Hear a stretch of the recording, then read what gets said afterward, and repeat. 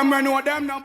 Hey, what's up, people? It is Zj YRush from Zip FM and Code Red Zone in Jamaica, and I go by the moniker of the Remix King, and I'm gonna teach anybody interested how to make a remix. Very simple remix, and I'm gonna build up and build up in future videos. But I don't know who out there knows even the basic principles. I'm gonna start with the basic principles right now of taking an acapella and putting it on another rhythm. Simple as that, right? And then in future videos, we can start doing more complicated things, adding in other acapellas, etc., etc. Right? So, first things first, I'm gonna use the brick pon brick, which was huge in Jamaican music from about October 2019 till about now, which is February 2020. Then I'm gonna use this Chris Martin song here, which is this.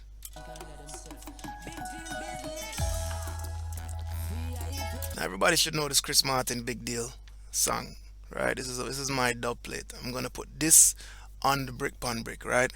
Now I'm gonna move kind of quickly because I don't want this video to be too long, right? Now the Chris Martin right now, I got the dub plate split. What does it mean when the dub plate is split? It means that it's a stereo file where the left channel is the beat and the right channel is the acapella. Now in this case, it makes it a little bit easier for me to line up the beat and the tempo of the Chris Martin with the brick pon brick, because obviously we're going to want the Chris Martin to be the same speed as the brick pon brick so it can sound like he actually sang on the brick pon brick on tempo. Right? Cool. So if you imagine two runners, the two runners need to start at the same time, and you can tell which one is faster by the one that's leaving the other one, right? So we want to line up the two of them at the starting line together. So we want the first beat of the brick pon brick to start at the same time as the first beat on the Chris Martin, and then we see which one leaves which one, and then we adjust the acapella so that it ends up being the same speed as the brick pon brick. I hope that makes sense, right? Now, the thing about it is, in principle, before you even start a remix, what you want to do is make sure that you think about the remix first. Like, you don't want to just start doing things. A lot of the time I see people put these big energy hype songs on some smooth R&B beats, and it doesn't make sense. You kind of want to put R&B soft sexy stuff on R&B soft sexy beats, and you want to put energy stuff on energy stuff. And 90% of the time you want to put the acapella, which are the vocals, on a beat that's faster than it, because people's ears are already used to hearing that acapella. And if you put it on something slower, it's gonna sound like it's dragging, and that's gonna mess up the vibe, right? So anyway, we want to find the first beat of the Chris Martin and then line it up with the first beat of the brick pon brick and see which one leaves which one. So let's go. Let's listen to the Chris Martin. All right, so we kind of look. It kind of looks like here is the first beat of the Chris. Cool. So let's delete everything before it for now. Cool. And then we're gonna line this up with the first beat of the brick pon brick. So it looks about right to me. Cool. And then we're gonna play them together and see which one leaves which one. We already know that the Chris Martin is slower than the brick pon brick, but let's listen to it. So I just unsoloed the Chris Martin, so they're playing together now. So we know basically the Chris Martin obviously is way slower. So let's speed up the Chris Martin. Now there's a bunch of ways you can do it. The easiest way to do it in Ableton, because that's what I'm doing is remixing in this Ableton. I did one back in the day in Acid. People liked it, but Acid is old. I hope most people have kind of moved on. So this one is in Ableton, and to do it in Ableton, to speed up an audio track, you click on warp. This is one of the ways, and you adjust this 120. So by using the up and down keys or by typing in a number, you can set a new speed for the acapella. So look what happens. I'm going to use the arrow keys. I'm going to go down till I find something that sounds like they're on the right speed. Still too slow. Still too slow. Still too slow. Alright, let's zoom in a little bit now, because we want the second beat to line up with the second beat, the third beat to line up with the third beat, so we can almost visually look and see, alright, when it's lined up. That looks about right.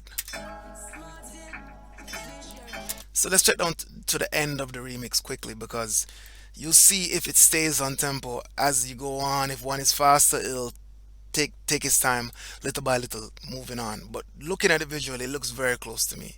At the end, I went all the way to the end, and you can see it's still cool. So we have the acapella apparently the same speed now as the brick pon brick. Now we don't need to be hearing the Chris Martin beat. So in Ableton, what you do is you go to Audio Effects and use the utility and drag it onto the acapella. And you tell it, I only want the right side, because in this case the beat is on the left, the vocals are on the right. So you click and you say right. Boom.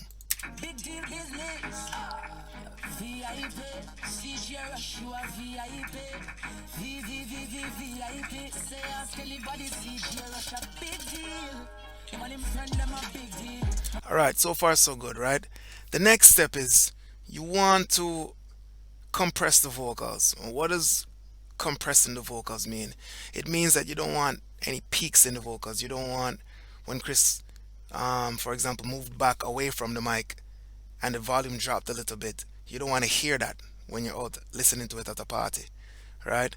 So, and if he, for example, leaned into the mic or he got excited, big deal. You don't want it to be super loud. So you want to compress it to keep it on a pretty even level. So you take a compressor and you put it on it, and you lower the threshold to say anything above this level, you turn it down. That's what the threshold does. So let's listen to it now.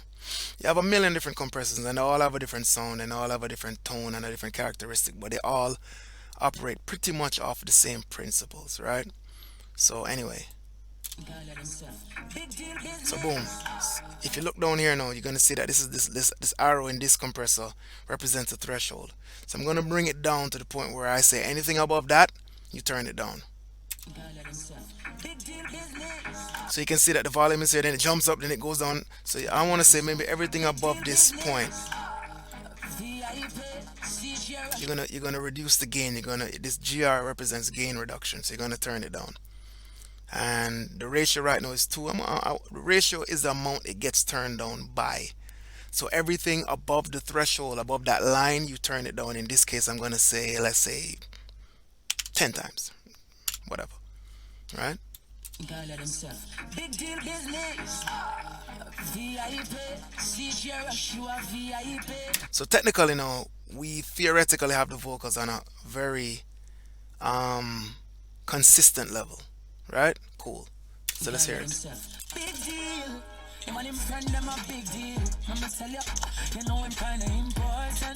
Now if you listen closely, you can see that the tone of the acapella has changed since I put the compressor on it.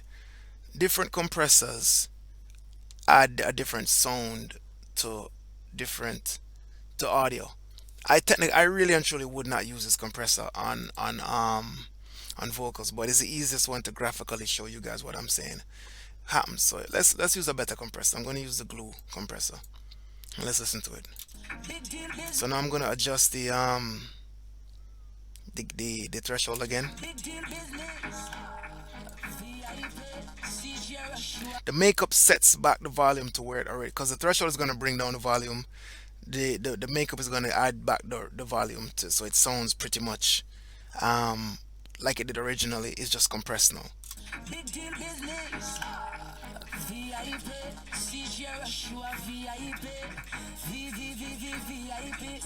Alright, so good. Let's ignore the fact that it's clipping right now. You get the point. So now it's compressed and it's in the tempo of the beat, right? Now really and truly, this clipping means that the volume going into it is too loud and you're going to want to turn it down. But I don't want this video to be too long. I'm just trying to show you guys some basic principles, right? Cool. So now technically it's on beat, it's compressed, it's on a level, everything is boom. The vocals aren't jumping up and down. The next thing you're going to want to do is put an EQ on it, or an analyzer, anything that can show you the frequency of the vocals. So let's look at it. Look down here.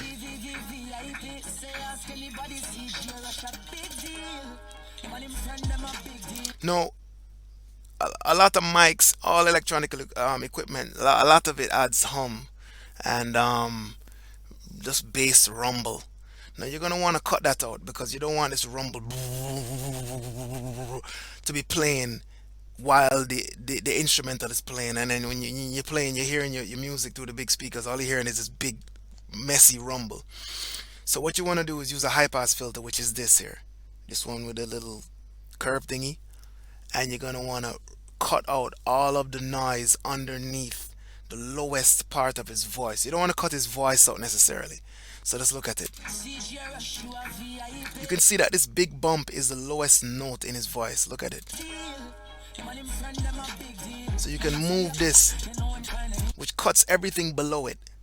So you know, so in this case, maybe everything below 109 hertz.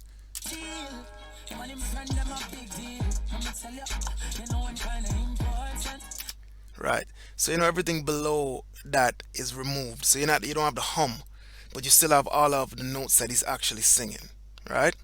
Cool. The next thing you want to do is you want to give the voice some reverb and some delay. Now, in this case, I've set up my auxiliary channels. You can do it in different ways in different programs, but in Ableton it's Control Alt T. You can add as many as you want, and you can see it pops up on the track. I'll undo, Control Z, undo, undo. And I have one as my reverb and I have one as my delay. Now, the basic general go-to delay time is a quarter note. See? So you go to 4. And then you want to add reverb and delay by moving up and down the volume of the auxiliary channels here. So this one over here, as you can see down here, if you look down here, refers to the reverb, and this one over here refers to the delay right here, right? So I'm gonna add some reverb like this. Let me solo the acapella. I've talked too much, but here I go. On people them love themselves, think I let themselves. Big deal business. So you set it to what you think sounds right, and then you add some delay. I've talked too much, but here I go. On people them love themselves, think I let themselves. Big deal business. Now, when you add in the delay, now the feedback says how long do the delays echo.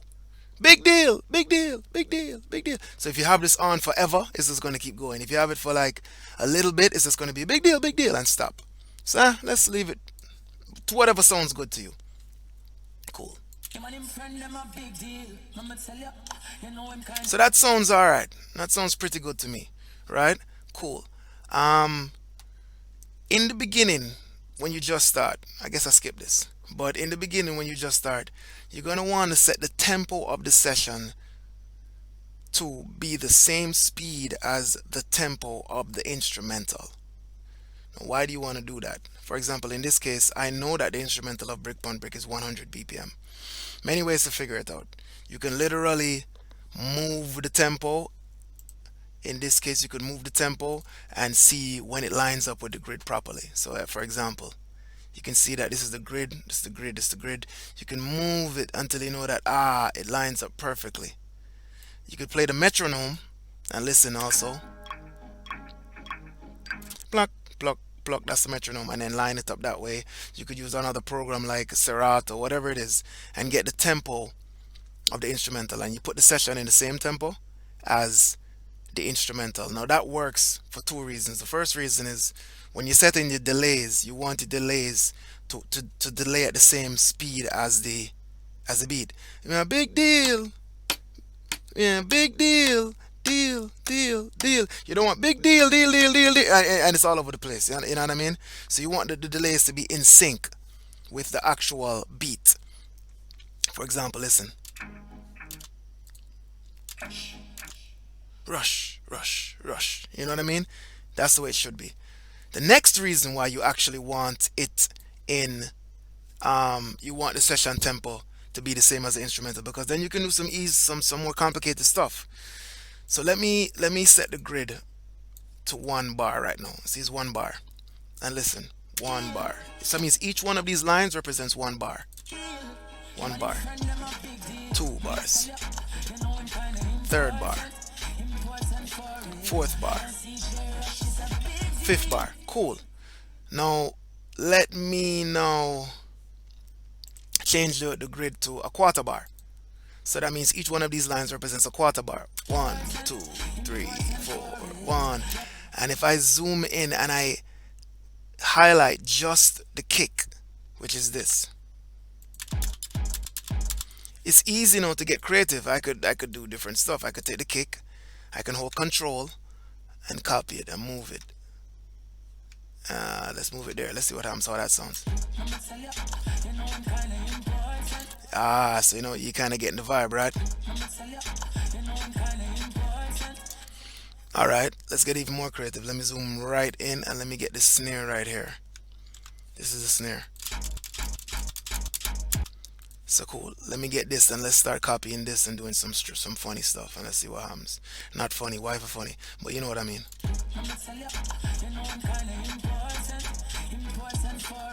And you can go right in. I mean, let me go to 1/16th and set it. And let me just highlight this part. In Ableton, it's Control E to cut the little section you want, but you can do it in other ways. But I use I've used the shortcuts so long that I just use the shortcuts. So it's Control E, and then you set the mouse where you want it, and then you can just Control V, paste, paste, paste. Oops. Or you can hold Control, select it, and you can just do stuff like that, right? Or you can go right in, right in, and go to 132, and just do stuff like this. You can hold it and just duplicate it, duplicate, duplicate, duplicate, duplicate. You can delete one, see how it sounds. Delete delete that one. You know what I mean? So that gives you the ability easily to start playing around with the beat. And I'm going to show you more of that in another future video. But the only thing I've left to do in this now is limit it. And I'll do that in another video, which is the stuff. This audio runs into one master channel. So does this audio. Everything runs into a master channel. And you can do a lot of stuff in the master channel to make it sound good. So I'm going to do a separate video about how to master a remix to make it sound good. But at least now you know to put something on another beat and to do the basic stuff. Compress it, add reverb, add delay, and cut out the rumble out the voice. Set the tempo to the track and start doing the basic cut up. I'm going to show you more cutting up in the future, but yeah, boom. So let me know what you guys thought of this video. If you liked it, if it was useful, if I moved too slow, if I moved too quick. If there's anything else you guys want me to touch, I'm going to touch everything video by video. Hit me on Instagram at YRush Music. I'm just starting doing this. Subscribe to the channel. I'm going to do a lot more of these stuff. So stay tuned, big up yourself, and yeah, to the next time. Y'all have say, why make you clean so? Oh yeah. Y'all have say, why make you clean so? High grade smoke a flow through me window.